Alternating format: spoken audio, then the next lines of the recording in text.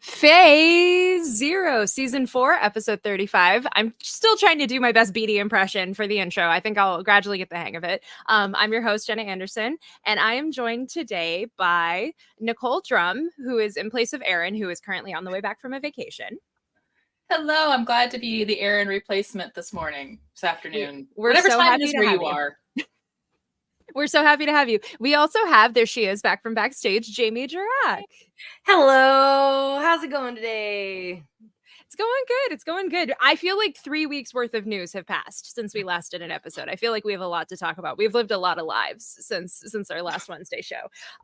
Thank you to everyone who listened to and watched our Jennifer Hale Spotlight episode. Aaron and I are really, really proud of how that interview turned out. It was so much fun. If you haven't already listened to or watched it, there's so much X-Men 97 deets, and just you get to hear her do Jean Grey and Goblin Queen voice in all of these very special ways. It's just very cool to see.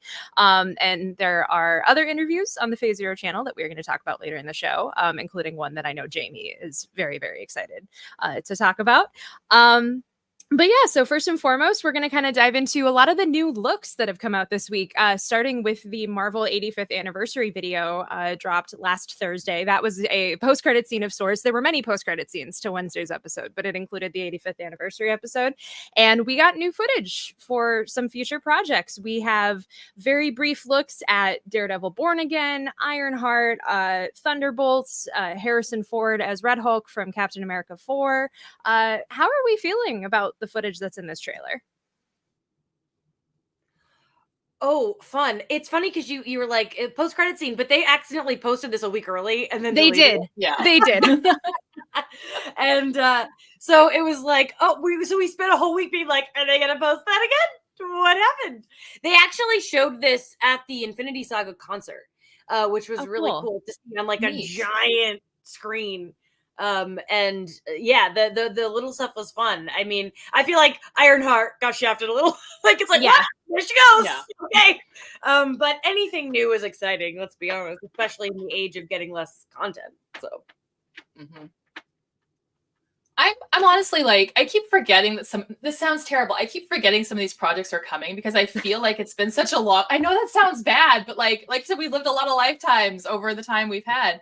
But the little pieces that we're getting, I find myself getting more and more excited for that new Captain America movie, especially with the Red Hulk of it all. Like, I did not think of myself as being that excited for Red Hulk, but here we are. And the more little teeny pieces I see, the more I'm like, can I just get that in my face hole now? Like, I need my eyeballs. Like, I'm here for it. And also Thunderbolts. I really want to see Thunderbolts. The more pieces I see, largely because of Florence Pugh's hair. I know that's a horrible reason, but her hair looks good. It does. I will say with the Red Hulk of it all, you're just keeping the torch of Jim Viscardi because he was championing Red Hulk at every available opportunity when he was at this website. I want to see that. Just seeing Harrison Ford do it is just going to really that's exactly it.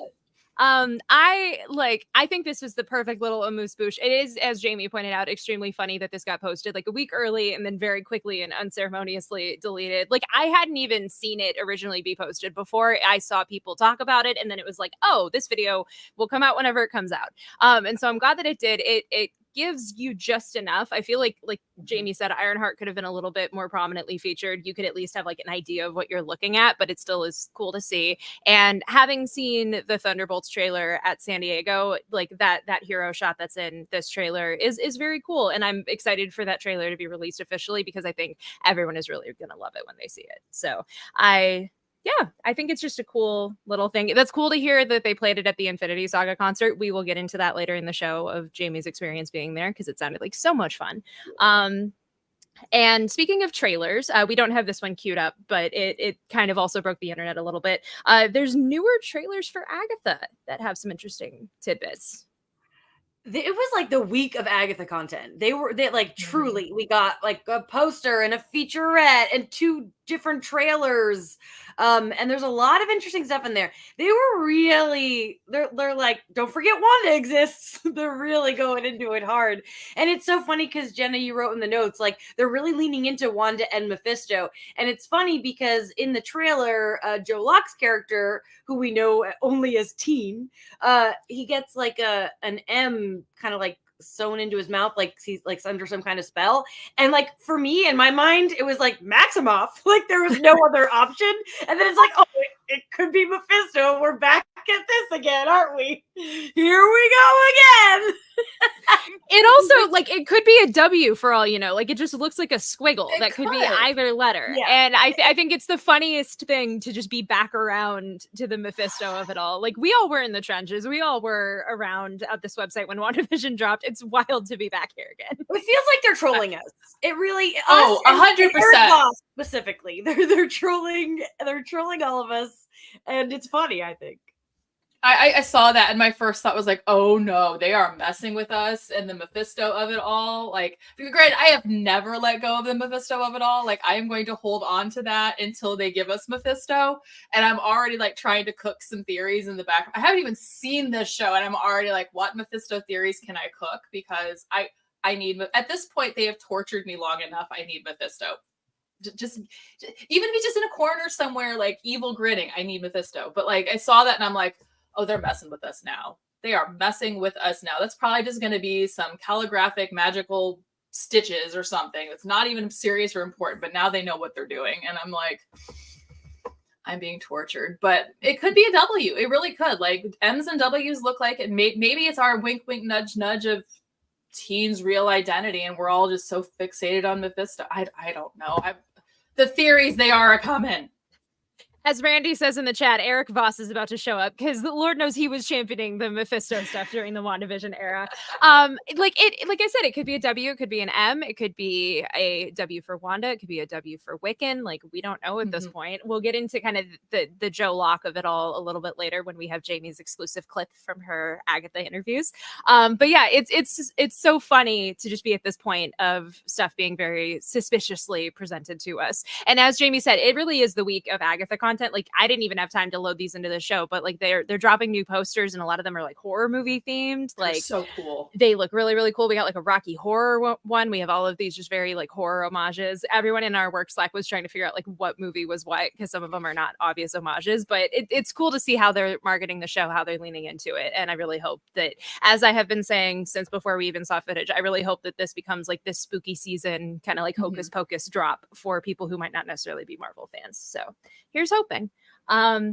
And then another first look at something. We cannot show this on air because we do not have the rights to this picture, but we have to talk about this. This was really the post-credit scene of Wednesday.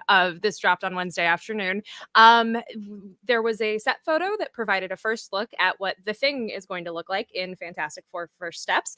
There was a lot of debate about whether or not it was just kind of like a model that's used on set and whether or not a person would be inside. A video seemed to show like a hand moving inside of this costume. So it seems like it's going to be utilized in the film in some way. But still, Eben Moss-Backrack was then seen, I think like yesterday or the day before, walking around London in the mocap suit. So it seems like it's a combo of both. Like I said, we can't show the photo, but it is a very comic accurate, like a stunningly so comic accurate design for the Thing. And just looks exactly like how you would picture him. And I'm super duper excited. Like, I still am in utter disbelief that this is what he looks like. What do you guys think? It's pretty awesome. I'm very excited. Yeah. I think that it's definitely, and he has said before, there's going to be mocap. Like, it's not going to be him walking around in that suit the whole movie, but like the fact that they've made it, that there's something tangible, is really promising. Like, even if it's just, whatever the reason. And it could, one of my theories is that when like they're in the 1960s, he's like that. And then whatever happens, which we don't know, but what I think, maybe it's going to move on to being more CG because of like he's in a modern era. But that's just my theory, like kind of crazy brain theory that probably won't happen. But that's what I was thinking. I think it's definitely going to be something where I feel like, because just the nature of the structure of the character, elements of it have to be CG, because that you can't walk or, I mean, the comic books are one thing, but I don't think you can get a human being to function like the Thing structurally, all that fluidly. So I think there's going to have to be some mocap CG pieces of it. But I get the feeling that we're going to see that more in those closer independent, like one-on-one type of things with enhancements. And the fact that there's a physical suit that exists and that they've done so much detail. the level of detail from what we can see in those pictures tells me that's not just a reference. There's something more to it, because a reference would be more like we're giving the shape and the size, and maybe a few of the color details to kind of how we're going to pinpoint stuff. This full on had like detailed like little rock looking chunks and like the squinting business, and you could see it moved a little bit too in like one of the videos. That tells me that this is actually practical and is going to be used for certain aspects of things. Maybe Jamie's time warbly business is an accurate thing, and maybe we will get a more sophisticated in a future thing, or this is a past thing. I think it's going to be more of a situation where when he's in physical action is when we're going to see that practical suit referenced in CGI. But when it's more chilling at family dinner is when we're going to see the hands and the face and the movement and things like that augmented by CGI. And I'm really excited for that, because that is such a cool design. Like, even as just a character, that is just a cool design that deserves to be actually accurate on screen. Like, Thing fans have been waiting for this. We deserve this. We're ready for this. Give us our Rocky dude. I totally agree with you, Nicole. And I think like I've been going back and rereading all of like volume 1 of the Fantastic Four comics. And literally there, like, I keep taking screenshots of panels where I'm just like, the way that Jack Kirby draws the Thing is just so cute, so expressive. It's like a way that like no other character ever looks. And like, it is this really interesting thing to see how he has been adapted over time. Like someone in the comments is basically saying, basically they're saying Fan Four Stick made him look like Korg, basically, but brown. Yes. And it's like, I completely agree with that. I think like there were other adaptations that either were confined by budget, like the Roger Corman edition, or just kind of like could only do so much. There's a reason why the Michael Chiklis version is so beloved, but even then it doesn't have the big eyebrows. It doesn't have a lot of the design elements that people usually suspect for Ben Grimm. So I'm blown away. I do think it's going to be this combination of practical and CG elements. It's also a thing of like the movie comes out in less than a year right now, unless they delay it in some capacity. So I wouldn't be surprised if the on-set reference is being used to help expedite the process a little bit and not just put all of the work on the VFX artists. So who knows? Yeah, absolutely agree. And I think what you're saying about Kirby's design, one of the things I think has always struck me about the Thing, especially in those original comics, is the humanity of the character design. Like, this dude's a rock, but he's like very human with his expressions, and it's funny. And that's something we've really not gotten enough of on the appearances we've gotten. So I'm really excited to see that, just based on the little tiny treat we got with those pictures. So I am excited to see it. I also do have, I don't have this in the rundown, but I do want to pose this question up for debate. So Natasha Lyonne had a picture on her Instagram stories of her and Eben on set, and kind of like a little anecdote about the two of them. And this kickstarted a whole new thing of speculation, because it was like, okay, she is actually in the movie now, like that was reported, but now we know that she's there and she's on set. Everyone is taking the fact that she took a picture with Eben to mean that she's playing Alicia Masters, because it's like, why else would she be on set? I am still of the team that she could still be voicing Herbie and could be there to help with the on-set stuff and maybe improv some of the dialogue or whatever. What do you guys think? Do you think she's playing Alicia, or do you think she's playing Herbie? I think like a romance between them would be fun, but I'm Team Herbie. Like, come on, the voice, that voice coming out of Herbie would be spectacular. I love the idea that Herbie's like has a history with cigarettes. Like, I think that's like, I think that's amazing. She has such a unique, lovely, great voice. Like, I love her voice. But also it'd be cool to see her in live action and in a romance, for sure. I think a funny thing about Natasha Lyonne is that she in real life mostly dates men, but in movies she almost exclusively dates women. So, which love that for her. And it'd be interesting to see her in the opposite of that in Marvel. We'll see.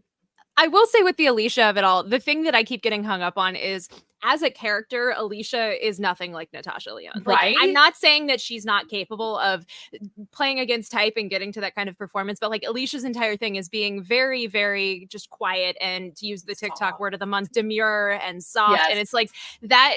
I'm not saying Natasha Lyonne couldn't do it, and I would love to see her take on it, and I would love to see the romance between the two of them. But it feels like such a weird choice at the end of the day. I also wrote a whole piece for the site about how I would rather just save Alicia for like if they're going from their universe to the main MCU, I would rather just save her for the main MCU and not give Ben all of the sadness of losing the love of his life in this universe. So I want her to be Herbie just because, as Jamie said, the voice coming out of the Herbie design that we've seen would be so delightful. But yeah, Nicole, what do you think?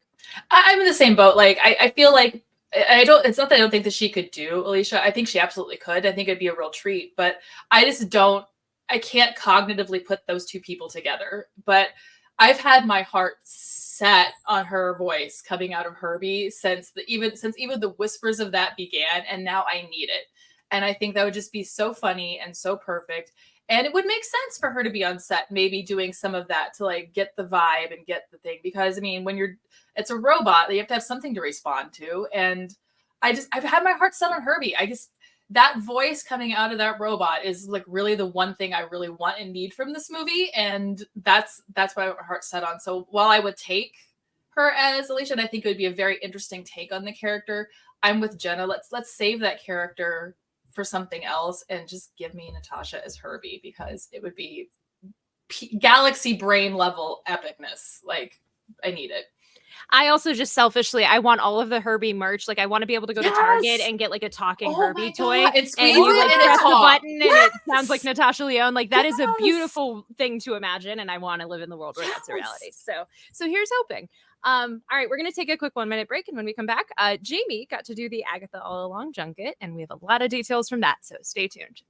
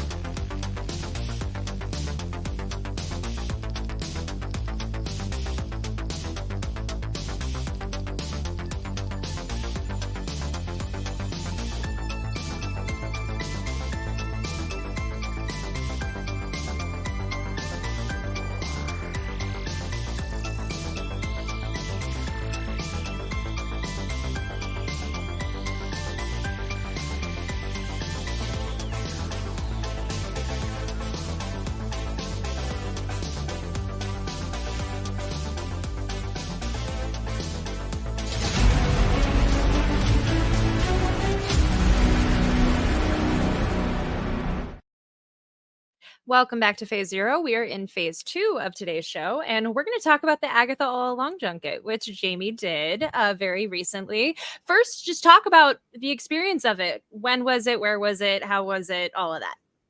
You're not going to believe this, everybody, but it was during D23.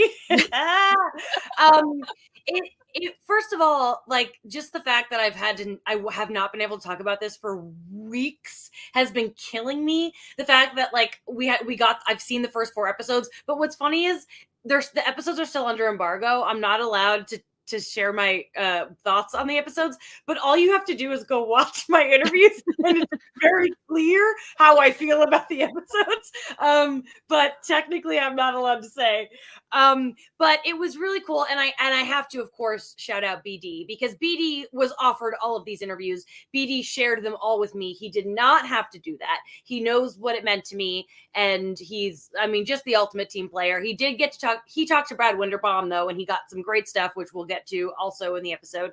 But it was really fun. It was, like they always are. It was in a hotel, and they like themed it all up and kind of made it look a little witches roady, and it was also freezing. They had two people doing tarot card readings while we waited for Cool. That's cool. yeah, we did the same thing at the Haunted Mansion junket in New Orleans, like a fun little thing.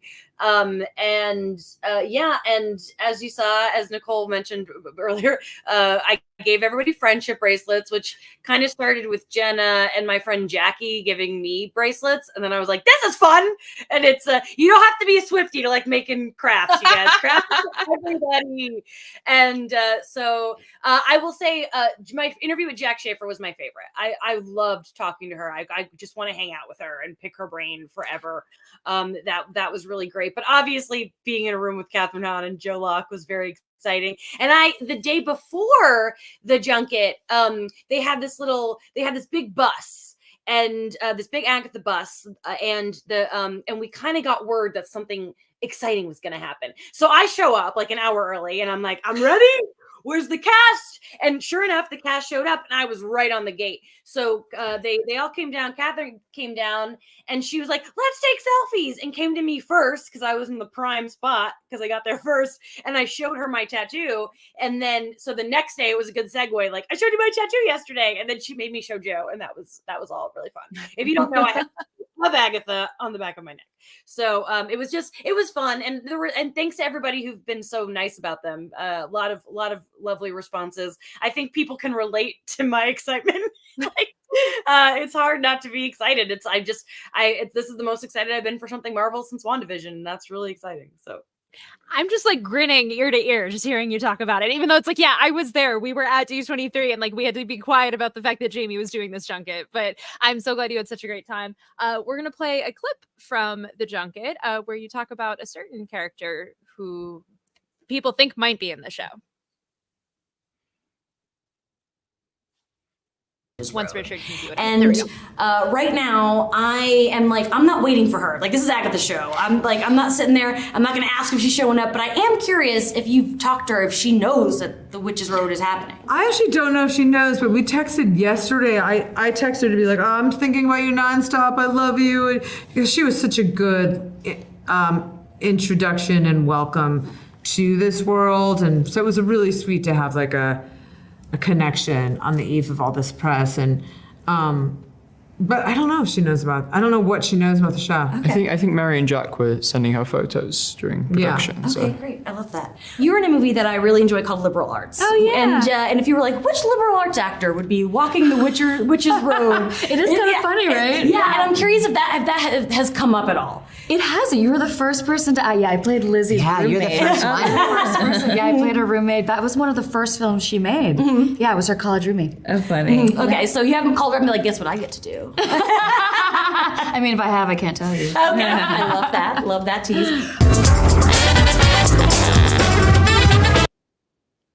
So, is Elizabeth Olsen in this show? The fact that they're sending her pictures is very interesting. I will say that tidbit. Jamie, having been in the room, having heard those reactions from the cast, what do you think? What's funny is because I segued both of these into the fact that when I interviewed Elizabeth Olsen for Doctor Strange in the Multiverse of Madness 2 years ago, she told me that she wanted the Witches Road. Like, that's something she wanted to see. So it's like kind of sad that it's like they're, because the James Robinson run is so good in it, but it's so important to Wanda's story, and to make it Agatha's thing is cool, and like I'm fine with it. But it does feel kind of like wild to have a Witches Road story without her, and I'm just like want to know how Elizabeth Olsen feels about it. And it is interesting that Allianne was like, I can't tell you, and Catherine was like, I don't know, I don't think she knows. And it's like, I think Catherine Hahn's lying to me. I think that in like a month we're going to be talking about how Catherine Hahn is a liar. That's what I think. But whether or not, and I'm also not 100% convinced she's going to show up either. I'm on the fence. What do you guys think?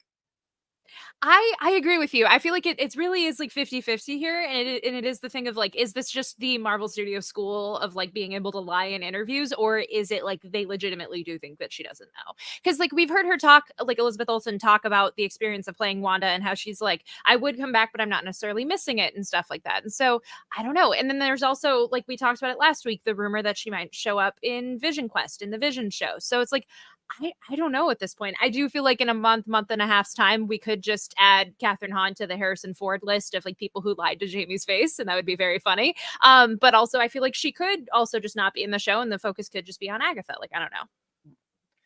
All I can say is looking at that interview, that body language and what she was doing with her eyes screams deception. Like I'm going back to like grad school communication and like reading people's body language, and I'm like, oh, she's lying. Like she's spoken to her, she knows. Like I just look at that like, that's not even a good Marvel school of lying here. We are going to be talking about how we were deceived by Catherine Hahn. It was Catherine Hahn all along this time, and I'm fine with that because it's funny. Those kinds of things are funny. As for whether or not do I think we're going to get Elizabeth Olsen in this, I don't know. Like part of me feels like there might be like this brief little moment at the end or something, or like a suggestion of Wanda where maybe it's not actually her, but it's like an outline or a shadow or a hint or a tease of how it maybe connects into Vision Quest somehow. I would have a hard time imagining something related to Witches Road, considering what we've seen of the trailer where we've got Wanda's dead body. I would have a hard time with anything magic and Marvel related connected to Wanda and WandaVision without something Wanda of it all being tied to it in a proactive way. That said, I don't know if it'll be an actual appearance by the character or the actor, or if it'll just be a reference or a suggestion or an outline in a door or someone creeping in a window in a house on the Witches Road or something. But I think there's going to be something woven in there. I just haven't figured out what yet. But Catherine's lying. I'm gonna go on the record right now. She is deceiving you, Jamie. Another Marvel actor has lied to your face. I just want you to know that getting lied to by Catherine Hahn would hurt 10,000 times more than getting lied to by Harrison Ford. Like, I expect that from you, but Catherine, I'm gonna need some therapy from that one. I'll tell you that. I do have a theory, though. As you should. Yeah, I don't think this. I hope this doesn't happen.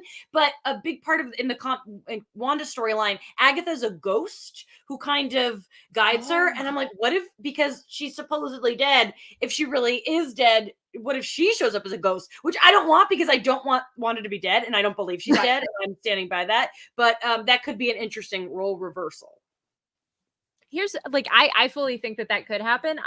Even then, her being a ghost and her being dead in that show does not preclude her from coming back in some way. Like, death is a very nebulous thing in superhero comics. Witches don't die.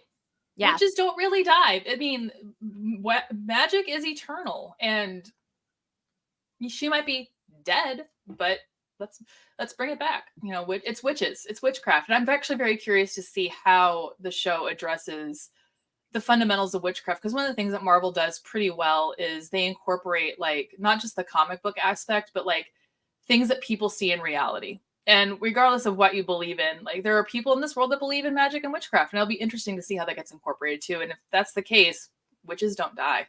The magic is transfers, and it'll be interesting to see how that energy plays out and what they do with it, especially with Wanda, because she's not dead. I just have to say, I love that Catherine Hahn reached out to her just to be like, hey, I'm doing this junket, and I'm like thinking about you as I'm about to do this press and like be at D23 and all of that. Like, that is just really, really sweet to me. But yeah, so then we have another clip about another mystery that is surrounding Agatha All Along, and it is the mysterious teen. So let's take it away. We got an Agatha bracelet. Oh my gosh! And a teen bracelet. Cute. Because Joe, I think it's so funny when I've heard you, talking about the show, when you keep calling him teen, and I thought you were just hiding your character's name, but they call you teen. This is what I'm trying. This is every film I know. He genuinely is like.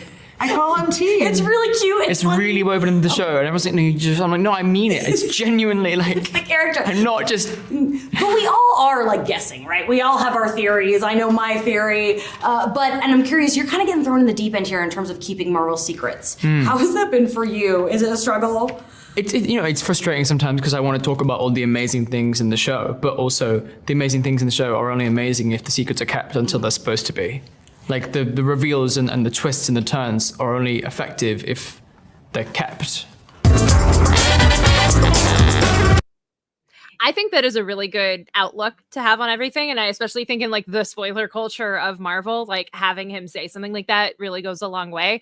As much as we all have been sitting here for months and just being like, oh, he's Billy. He's so obviously Billy. Like, I'm glad that he at least like is preserving the narrative of it. But what do you guys think? I do feel bad for him too, because like you could tell he was excited about the idea that people now know that he is referred to as teen in the show. Because like it sounds like a stupid thing. If you're like, I'm teen, like it is silly, but they do call him that, and it's funny.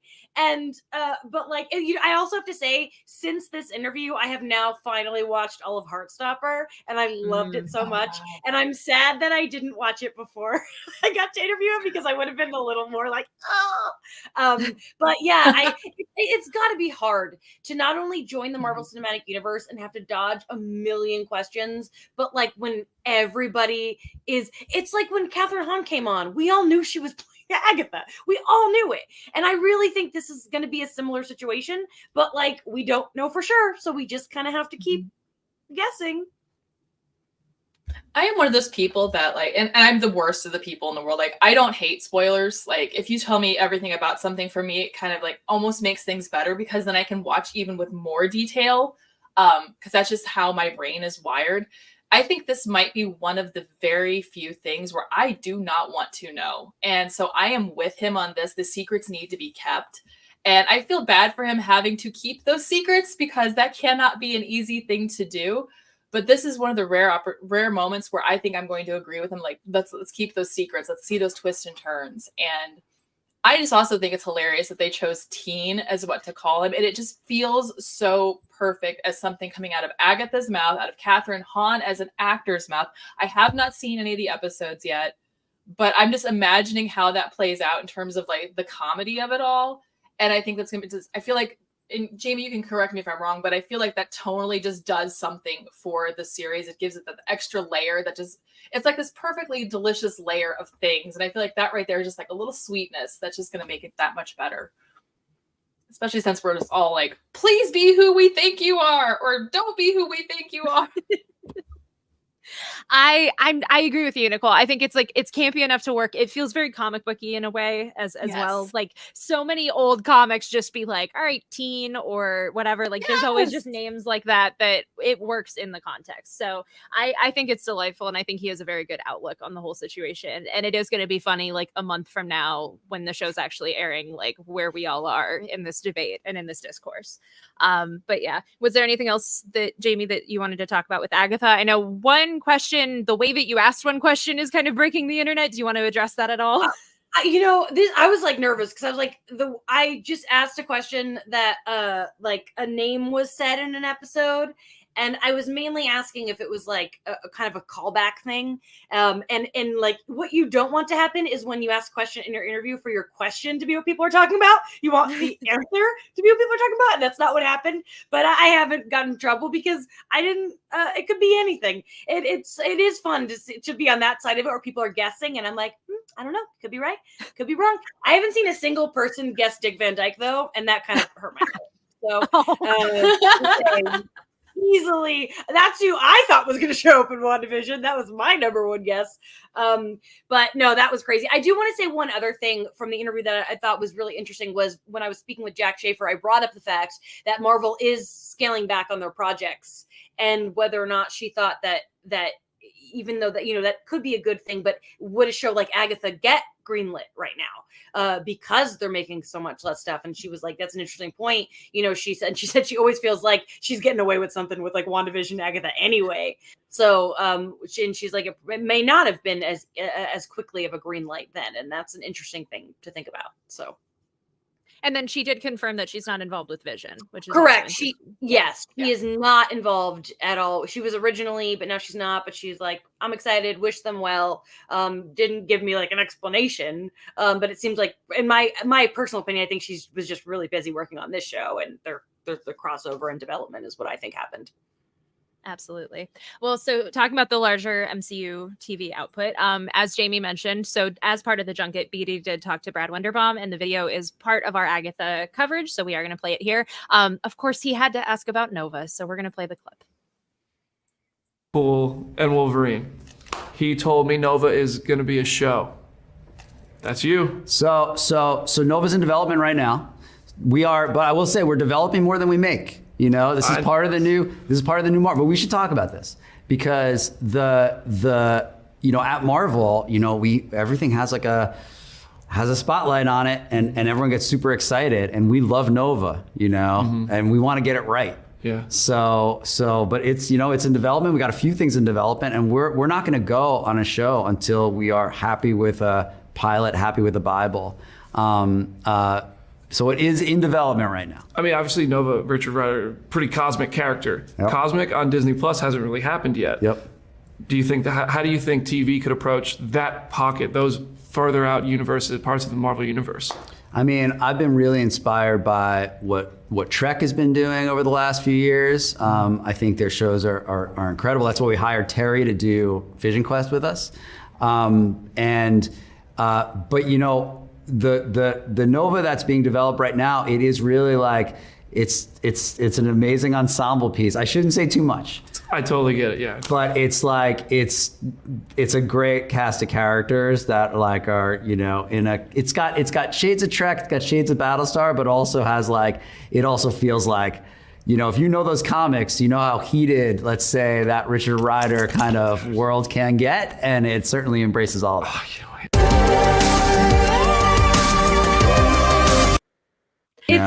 And we want to get it right. Oh. Yeah. So. Oh no, there we go. I love hearing that, and I have a feeling Jamie's about to say what I was about to say. Go ahead. Oh, it's just like tragically beautiful that BD's last interview for Phase Zero is a great answer about Nova. Like what a beautiful send off. I mean, like it makes me so sad, but like it also couldn't be more perfect. And what a great answer. Like BD got so much good stuff with Brad. And I'll tell you, that's why BD did the Brad interview, because BD knows Brad and has a rapport with Brad, and like is able to get really good. If I had interviewed Brad, I'm sure I've since met him and he's wonderful, but like we're like we haven't sat down a bunch together and everything. So just another reason why that's an unfortunate loss, just because of that rapport. But the answers he was getting were really great.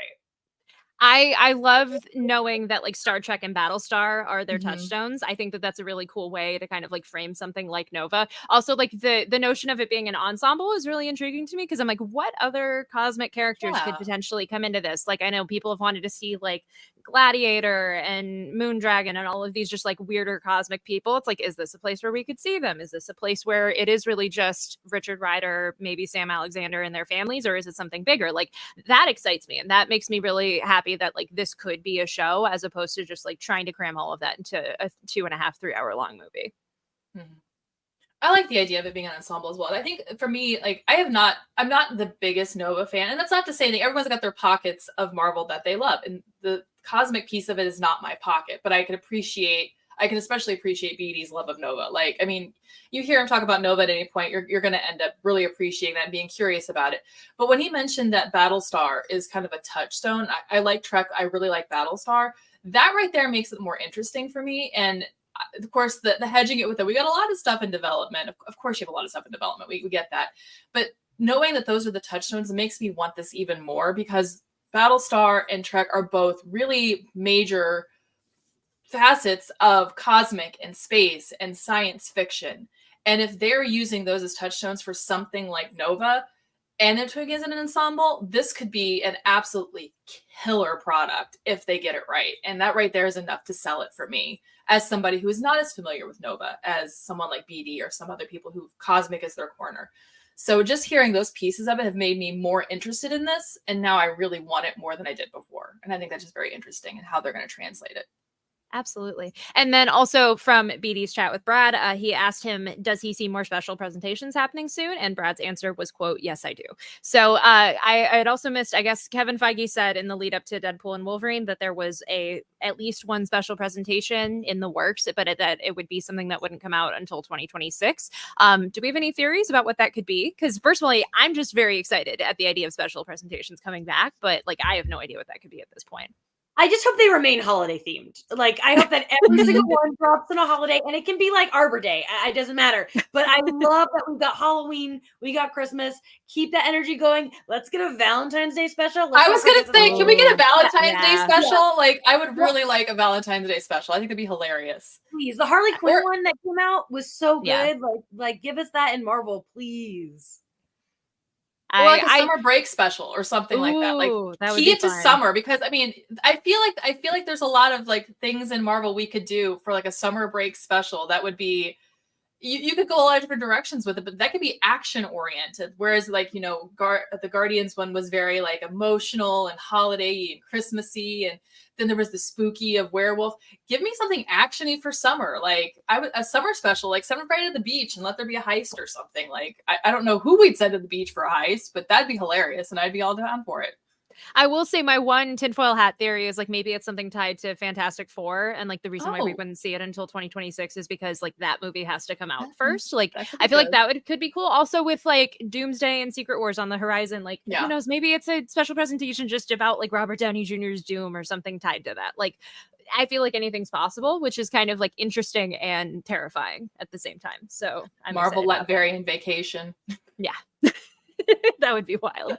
All right, we're going to take another 1 minute break. And when we come back, we're going to talk about the Infinity Saga concert that Jamie went to. And we're going to talk about some Spider-Man news. So stay tuned.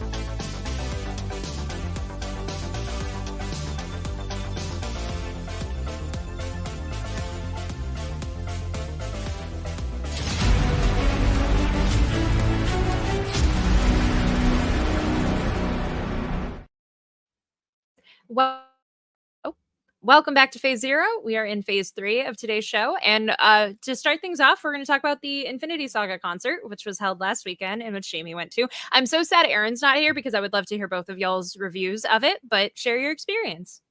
Well, I think Aaron had as much fun as I did. I'll say that. It was really cool. We went and BD was there, so that was cool that we got to hang out there. The whole thing was awesome. And I'm so happy that Feige showed up and announced a world tour because everyone deserves to see this. It was honestly emotional. Like, and it's silly because it's like all these clips, like we've seen these movies a million times, but they had a lot of special things coming during Captain America. They had like actual, like USO kind of type dancers, and then during Black Panther they had a really cool instrumental moment there. I'm not good with instruments, so I don't know what was going on, but I will say, and this is a message to the Hollywood Bowl, whenever I go see a concert that's playing up with like movie or in like this clips of movies, they only for the most part show the movies on all 5 screens. Show me the Philharmonic. I want to see close-ups of them playing their instruments. That's my only complaint, but that's my consistent complaint with the Hollywood Bowl in those events. But I mean, fireworks, the lights, everything. We got wristbands, which I guess is a Taylor Swift thing. that started Kind with of. her? It spun out to be its own thing. Like a lot of Yeah. people are using it, but yeah, she did use that. She does that. It really, I've never seen that before, and like the way that we were all lighting up together was really cool, especially when everyone went red for Wanda. I was like, ah! And I did have some complaints. Like it first seemed like they were going in order of the whole, like just they skipped Hulk, but they were like going in the movie order up until Avengers, and then after Avengers, it jumped right into Doctor Strange, and then they were just going like by character, which meant that they completely skipped Ultron. I was like, no, that's my movie. And then like we didn't get any Wanda until Act 2, and Act 2 was almost exclusively Infinity War and Endgame, and it all did come together really nicely, but that was a little jarring. But they gave a beautiful Nat tribute that had some Ultron clips in it, thankfully, and weirdly Black Widow, which obviously isn't the Infinity Saga, but the Nat tribute I think was what hit me the most in the feels. But the whole thing was really cool. I hope that people everywhere get a chance to see it if it comes in a city near you. And then of course the end credit scene, we had Michael Giacchino come in and we got to hear some Fantastic Four First Steps music, and that was incredible. I think they did that at Jenna. Did you hear that at San Diego or D23? I know that they did it during like the music panel at D23, but I wasn't there yet. I was literally like commuting to Anaheim as that panel was happening, so I missed that one. I would love to hear that music live. Like I was texting all of you because you were like, I think there's a post-credit scene, and Jamie was like, I think it's Agatha, and then Beatty and Aaron were like, I think it's Fantastic Four, and then like Aaron just sent a picture of the Fantastic Four logo, and I was like, oh, I'm so jealous. Like it sounds incredible, and I'm so glad y'all got to hear it live, and like having him there too, I'm sure it's just like icing on the cake. Introducing it was cool. Yeah. Friend of the show. Don't forget, he Yes. has been on Phase Zero. Go listen to our Werewolf by Night episode. That was such a good episode.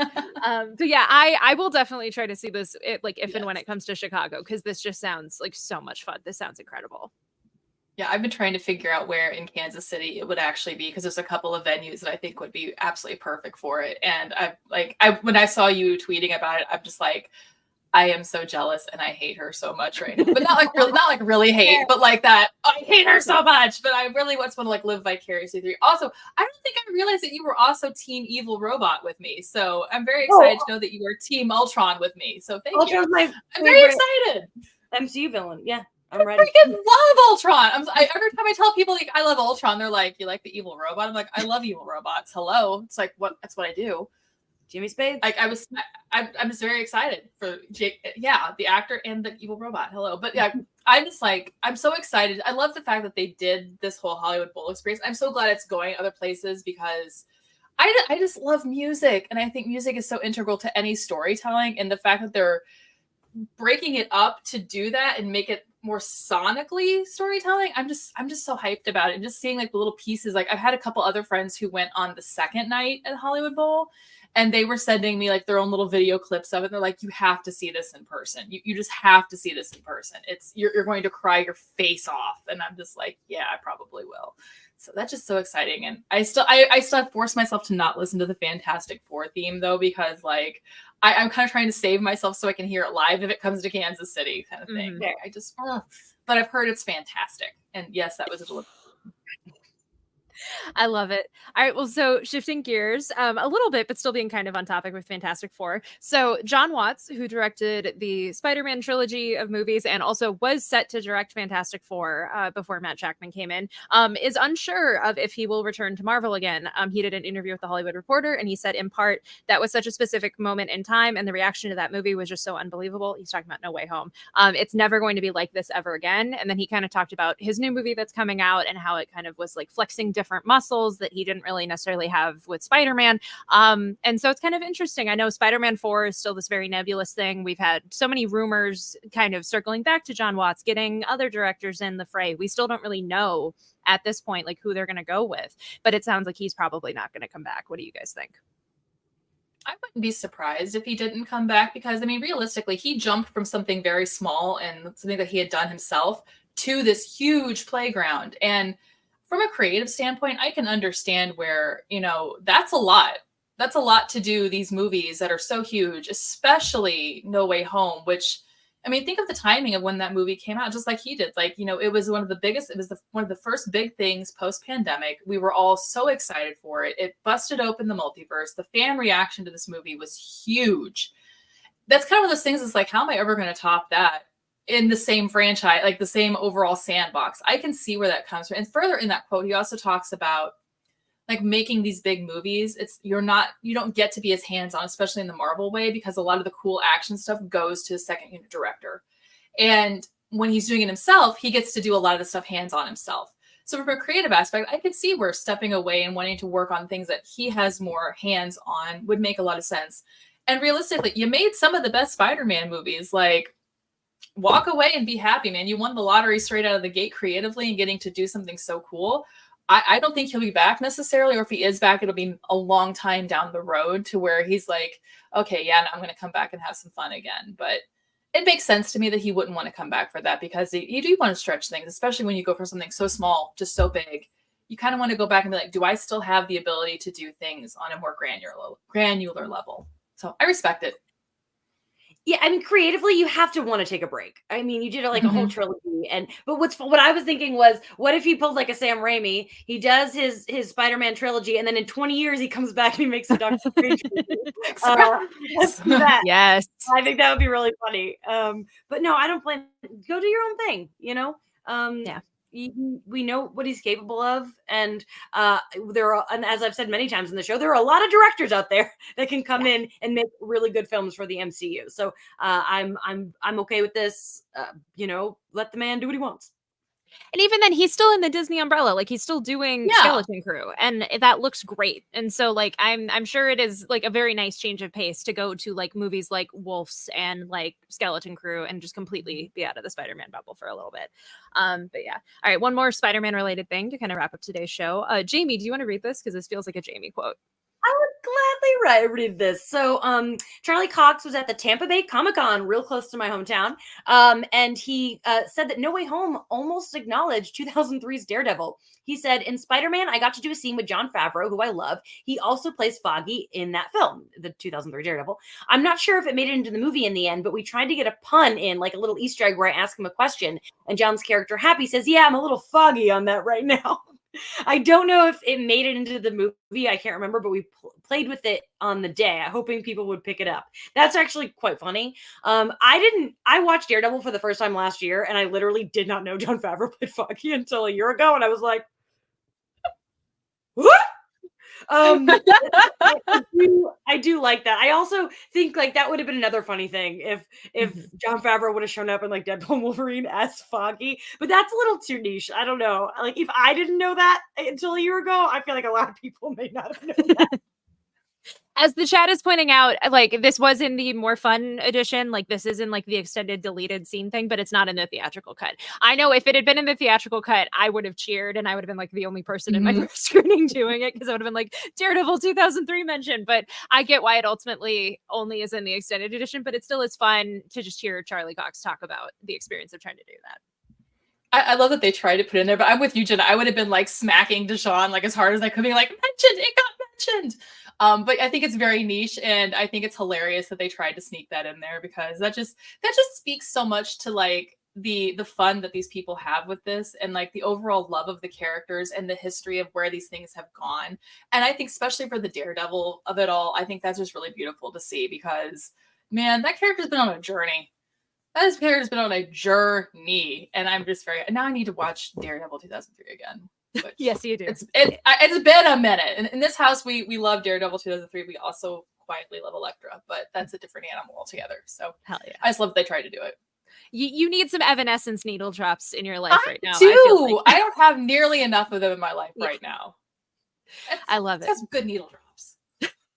All right, well, I think that's it for today's Phase Zero. This has been such a delightful episode. Like I said, I feel like we covered so many weeks worth of news all in this episode, and who knows what the post-credit scene is going to be, because at this point, there's no telling. Jamie, is there anything you would like to leave the listeners with today? Yeah, thanks again for everyone who watched my interviews. If you haven't caught them yet, they're all up on the Phase Zero YouTube channel, so check that out. Definitely follow me on Letterboxd at Jamie Jirak, because spooky season for me starts at Labor Day. I've already since Monday watched at least 7 or 8 wow spooky movies. Like, this is my zone. I spend the next 2 months watching as much horror and Scooby movies as I possibly can. So you'll definitely want to follow that journey. I love it. Nicole, what about you? I'm also going to plug, it is spooky season, so get your spooky on. Definitely follow Jamie for her spooky watch of business stuff because she's got some good stuff going on. I would just say get ready for all things Agatha. And I just want to tell everybody, go watch Heartstopper if you haven't, to get yourself ready for Joe Locke's performance, because Joe Locke is so great. Heartstopper is so good. And that's all I'm really going to plug. Just go watch Heartstopper because it is a gem. It really is. And go follow Nicole on Twitter at Life in Polaroid if you don't follow already me do so. there. You can follow me on Twitter at Hey It's Jenna Lynn. As always, go read some comics. There are some really, really great ones out this week. There's a new issue of Birds of Prey. There's the first issue of the new Plastic Man miniseries that is utterly delightful and super disgusting and great. And there's a new issue of the Ultimates that is like focused around the Fantastic Four. You can jump in if you literally have not read the rest of the series thus far, but like you can go back and read the other 3 issues. But this issue made me cry. Like it is so good. I highly, highly recommend it. Do not forget to subscribe to the show and follow us on social media at Phase0CB. We should be back on Monday with our next episode of our WandaVision rewatch. I know people have been really, really excited about that, so that'll be fun to keep that train going on the road to Agatha. And yeah, be sure to watch Jamie's full Agatha junket interviews if you have not already done so. They turned out so, so great, and I am so proud of her for getting that opportunity and absolutely crushing it. But yeah, play the show for your mom, play the show for your dog, and we shall see you very soon.